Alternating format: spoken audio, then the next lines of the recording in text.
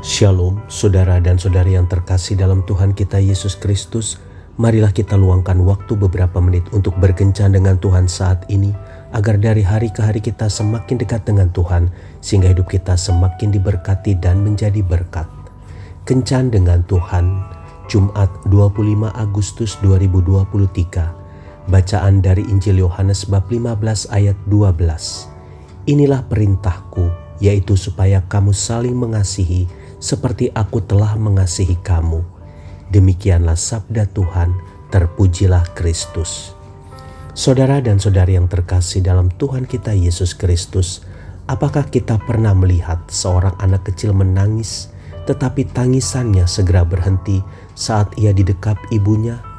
Atau pernahkah kita merasakan betapa leganya ketika melakukan kesalahan di tempat kerja, tapi ternyata reaksi bos kita hanya berkata, "Sudah, tidak apa-apa, lain kali lebih hati-hati ya." Pernah kita merasakan senang saat seseorang mau mendengarkan keluh kesah kita dengan penuh empati? Atau kesedihan seorang istri diobati oleh ucapan lembut penuh kasih dari sang suami?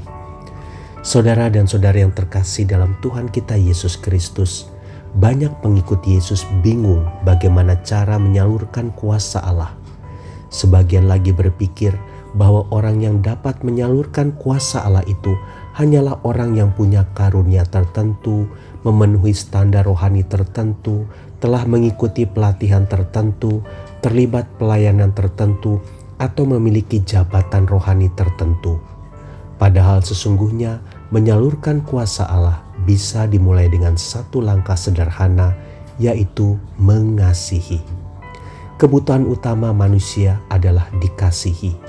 Dikasihi berarti diterima dan dihargai apa adanya, disayangi, didengarkan, diperlakukan baik, dan dihargai. Bukankah itu juga yang kita inginkan?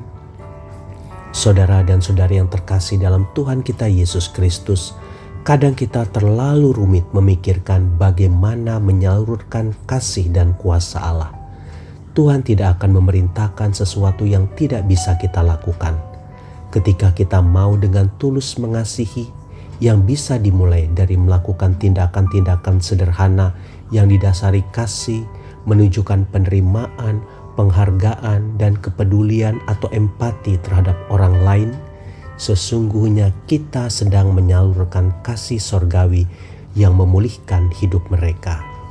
Jadi, mari kita mulai mengasihi. Mulailah dari orang-orang yang di sekitar kita mengasihi mereka. Tuhan Yesus memberkati. Marilah kita berdoa dalam nama Bapa dan Putra dan Roh Kudus. Amin. Tuhan Yesus, terima kasih karena Engkau selalu mengasihiku apa adanya. Kini ajarilah aku agar aku pun dapat menyalurkan kasih-Mu pada setiap orang yang aku temui, sehingga melalui kehadiranku nama-Mu semakin dimuliakan. Amin. Dalam nama Bapa dan Putra dan Roh Kudus. Amin.